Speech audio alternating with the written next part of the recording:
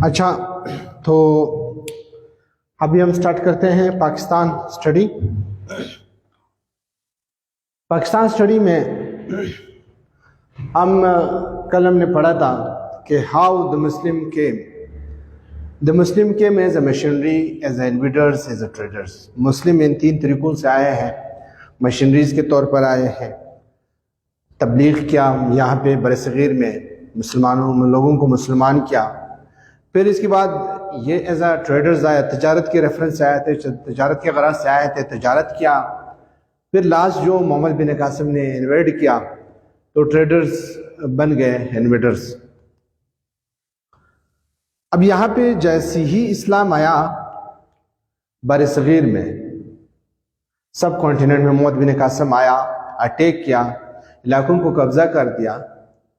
تو ایک سوال ایگزام میں بھی آتا ہے اور اکثر ماہرین کا ایک آئیڈیا بھی، خیال بھی ہے کہ Islam was enforced here. Islam became a religion of force. The people accepted Islam due to invaders. ٹھیک ہے نا؟ تو سوال یہ آتا ہے does Islam was acceptable to the people by force or by wish. کیا اسلام یہاں پہ جب آیا تو لوگوں نے اس کو شوق سے ایکسیپٹ کر دیا یا وہ ڈر رہے تھے انہوں نے اسلام کو ایکسیپٹ کر دیا؟ ٹھیک ہے. سو یا اسلام ایکسپلورڈ ڈیو ٹو فورس کی وجہ سے اسلام جو ایکسپلور ہو گیا برصغیر میں، پھیل گیا، اسلام نے اتنے بڑے بڑے کارنامے کیے ہیں. تو یہ بائی فورس آیا تھا. لیکن کچھ کہتے ہیں نہیں، بائی فورس نہیں تھا، یہ لوگوں کی خواہش تھی کہ اسلام آ جائے. اب ہم آج اس چیز کو ڈسکس کرتے ہیں کہ does Islam was enforced here اور it was the wishes of the people. یہ لوگوں کی وش تھی کہ اسلام آ جائے. ٹھیک ہے. تو پہلا ہم آتے ہیں کنڈیشنز آف سب کنٹیننٹ بیفور اسلام. اسلام سے پہلے برصغیر میں جو لوگوں کی کنڈیشنز تھے وہ کیسے تھے، اس سے ہمیں پتہ چلتا ہے کہ پھر اسلام جو آیا ہے کیا وہ واقعی بائی فورس آیا ہے یا وہ لوگوں کو ایکسیپٹیبل رہا تو وہ تھا. پہلا چیز ہم ڈسکس کرتے ہیں کنڈیشنز. ٹھیک ہے نا. What were the conditions of sub continent. Sub continent کی جو کنڈیشنز تھی وہ کس طرح تھے. اچھا، یہاں پہ پہلا چیز جو ہے وہ ہم ڈسکس کرتے ہیں جو سب سے زیادہ لوگوں کے لیے ایک پریشانی تھی، ایک سینس آف ڈس اپوائنٹمنٹ سمجھتے ہیں، یا یہ ایک سینس آف ان کے لیے ایک انسٹیبلٹی تھی. وہ تھا کاسٹ سسٹم. کیا تھا؟ Caste system. کاسٹ سسٹم کیا ہے؟ خاص کر ہندو میں ایک سسٹم تھا کاسٹ کا، کہ مطلب لوگوں کو مختلف حصوں میں تقسیم کیا تھا. چاہے وہ بندہ جو بھی ہے، جہاں سے بھی ہے، بڑا ہے چھوٹا ہے، وہ اس کو 4-5 بڑے حصوں میں تقسیم کر دیا تھا. پہلا جو حصہ اس میں آتا تھا جو کاسٹ سسٹم میں، وہ تھا، پہلا پوائنٹ جو تھا وہ برہمنس تھے. ٹھیک ہے نا. کیا تھے؟ برہمنس جو تھے وہ ان کے نوبل کلاس تھا. کس کا؟ کاسٹ سسٹم میں ہندو کا جو نوبل کلاس تھا وہ کیا تھا؟ برہمنس تھے. یہ ٹیچرز تھے. ٹھیک ہے. ٹیچرز تھے اور پریسٹ تھے. کیا تھے؟ ٹیچر تھے اور پریسٹ تھے. یہ برہمن تھا. یہ پہلا گروپ تھا. ٹھیک ہے نا. دوسرا اس گروپ میں یہ جو تھا وہ کشتریہ تھا. کیا؟ کشتریہ جو تھے وہ واریئرز تھے اور رولرز تھے. ہاں صحیح ہے. واریئرز تھے اور یہ رولرز تھے. ٹھیک ہے. اس کے بعد نیکسٹ ان کا جو کاسٹ سسٹم تھا وہ وشیاس تھے. وشیاس جو تھے یہ فارمر تھے، ٹریڈرز تھے. ٹھیک ہے نا.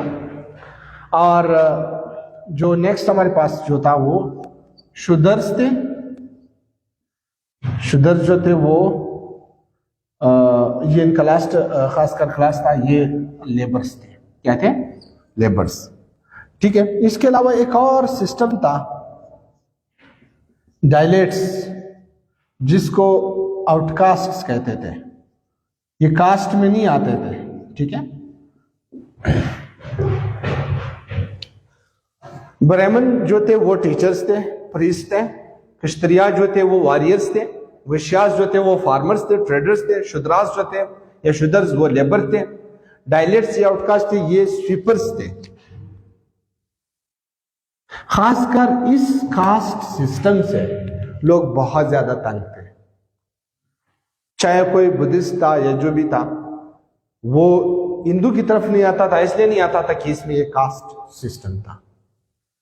اور اس کے علاوہ یہ جو ہمارے پاس برہمن تھے اور کشتریا جو تھے یہ بہت کرل تھے, ظلم کرتے تھے. باقی جو آپ کے پاس کاسٹ گروپس تھے ان پہ ظلم کرتے تھے. ایک تو یہ چیز تھا. دوسرا جو بہت بڑا ایشو تھا عورتوں کا جو ایشو تھا, ستی کا جو نظام تھا وہ بہت بڑا ایشو تھا. ستی کا نظام کیا تھا؟ ستی کا نظام یہ تھا کہ اگر کسی عورت کے ہسبینڈ کی ڈیتھ ہو جاتی ہے تو عورت کو کہا جاتا ہے کہ آپ کسی کے ساتھ مر جاؤ, یا عورت کو اسی کے ساتھ دفن کرتے تھے ایکسٹریم کیسز میں. یا اکثر ایسا ہوتا تھا کہ عورت کو کمرے میں بند کر کے اور باہر جانے نہیں دیتے تھے, اور کہا جاتا تھا کہ مطلب اس کے ہسبینڈ کی ڈیتھ ہو گئی, اب یہ دوسری شادی بھی نہیں کر سکتی, کسی اور کے ساتھ بیٹھ بھی نہیں سکتی ہیں. مطلب بالکل آئسولیٹڈ لائف کسی عورت کی بن جاتی تھی. یہ تھا ستی کا نظام. دوسرا جو بڑا ایشو تھا نا, women were murdered on the deaths of our husband. یا بند کر دیا جاتا تھا. کلیئر؟ اچھا, نیکسٹ ایک نظام تھا پولی انڈری.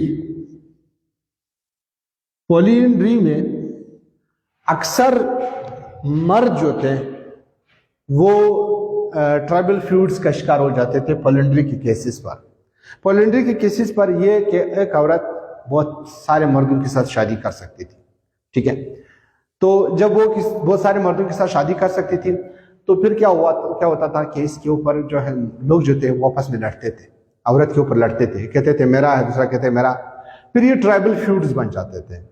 یہ بھی سسٹم نے بھی خاص کر عورتوں کو اور مردوں کو بہت پریشان کر رکھا تھا, ان عورتوں کو جو کمزور تھے. ٹھیک ہے.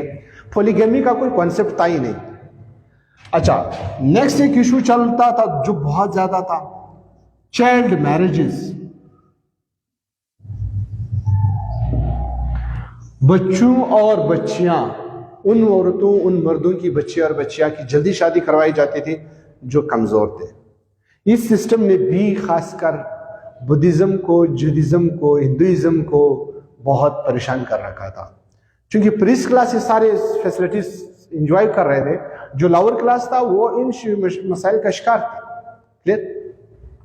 چائلڈ میرجز, بچوں کو جلدی جلدی شادی کروانا. ٹھیک ہے. اس کے علاوہ جو ہمارے پاس اسٹریٹ کرائمز تھے وہ بہت زیادہ تھے. مطلب چھوٹی چھوٹی ایشوز, یہ تو بہت بڑے بڑے ایشوز تھے. چھوٹی چھوٹی ایشوز جیسے چوری, ڈکیتی, قتل وغیرہ, مطلب اس طرح جو قصے تھے یہ بہت زیادہ تھے. ٹھیک ہے. اچھا, اب جب اسلام آیا تو تمام مذاہب نے اسلام کو اس لیے قبول کیا, اس لیے ڈیمانڈ کی, اس لیے وش کی کہ وہ اس سسٹم سے پریشان تھے. کاسٹ سسٹم سے پریشان تھے, ستی کے نظام سے پریشان تھے, پولنڈری سے پریشان تھے. اسلام جیسے ہی آیا تو انہوں نے پہلا چیز کیا کیا, کاسٹ سسٹم کو ختم کر دیا, ستی کا نظام نل اینڈ وائڈ کر دیا. ٹھیک ہے نا. چائلڈ میرجز پر پابندی لگا دی کہ بچوں کی شادیاں نہیں کروائی جانی چاہیے. That's why Islam became a popular religion for Hinduism, Buddhism, Judaism. اور ایک اور چیز کہ اس میں جو ہمارے پاس بدھسٹ ہے وہ دوسرے مذہب میں جانا چاہتے تھے ان کو فورسفل کنورژن کرتے تھے. یہ پوائنٹ بھی آپ لکھ سکتے ہیں, فورسفل کنورژن تھا. یعنی مطلب ہندو جو ہے وہ دوسرے مذاہب کے لوگوں کو فورسفلی کنورٹ کرتے تھے. But what does Islam do? Islam religious freedom اس نے دے دیا. کس نے؟ Religious freedom. اسلام نے ریلیجس فریڈم دے دیا. کس کو؟ ان لوگوں کو جو فورسفل کنورژن کرتے تھے ان کو ریلیجس فریڈم دیا, اور باقاعدہ مطلب ان کو ایک پوزیشن دے دیا. ٹھیک ہے. اس کے علاوہ ایک اور چیز تھا, ملٹیپل ٹیکسز سسٹم.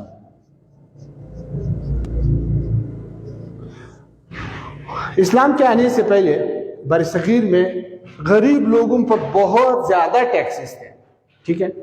مطلب معاشی طور پر وہ اس کو ڈسٹیبلائز کیا گیا تھا, خاص کر ہندو نے. اسلام جب آیا انہوں نے صرف جزیہ لاگو کر دیا, باقی سارے ٹیکسز کو کیا کر دیا؟ ختم کر دیا. اس سے بھی خاص کر lower class Buddhist, lower class Hindu سے برڈن اٹھ گیا. تو اس لیے بھی یہ اٹریکٹیو ریلیجن بنا, اسلام جو اٹریکٹیو ریلیجن بنا ان کے لیے. تو اسلام اس لیے جلدی پینیٹریٹ کر گیا برصغیر میں, سب کانٹیننٹ میں. یہ وہ کازز ہے جو انٹرنل کازز ہیں. انٹرنل کازز وہ کازز ہیں which attracted اسلام, جس نے اسلام کو اٹریکٹ کر دیا, جس نے لوگوں کی سپورٹ اسلام کو دے دیا. These were the factors. Right?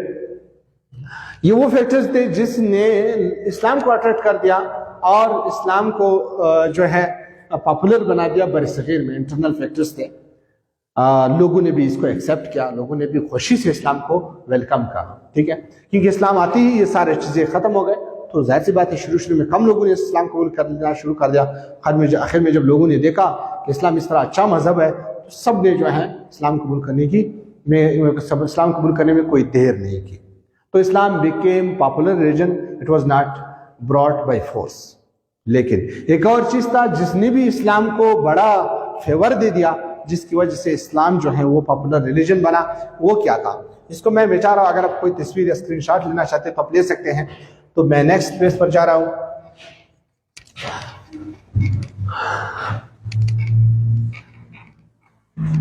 اچھا, اب ظاہر سی بات ہے اسلام جو ہے وہ آیا تو اسلام اتنی جلدی پھیلا کیسے؟ ان کے پاس ایسے کیا چیزیں تھے جس نے اسلام کو اتنا جلدی یہاں تک پہنچایا؟ یہ تو انٹرنل فیکٹرز تھے جو ہم نے ڈسکس کر دیے. اب ہم جاتے ہیں ایکسٹرنل فیکٹرز. ایکسٹرنل کون سے فیکٹرز تھے کہ جنہوں نے اسلام کو پاپولر مذہب بنا دیا برصغیر میں؟ وہ کیا تھے؟ اس میں پہلا چیز یہ تھا ایکسٹرنل فیکٹرز میں, تو پہلا چیز یہ تھا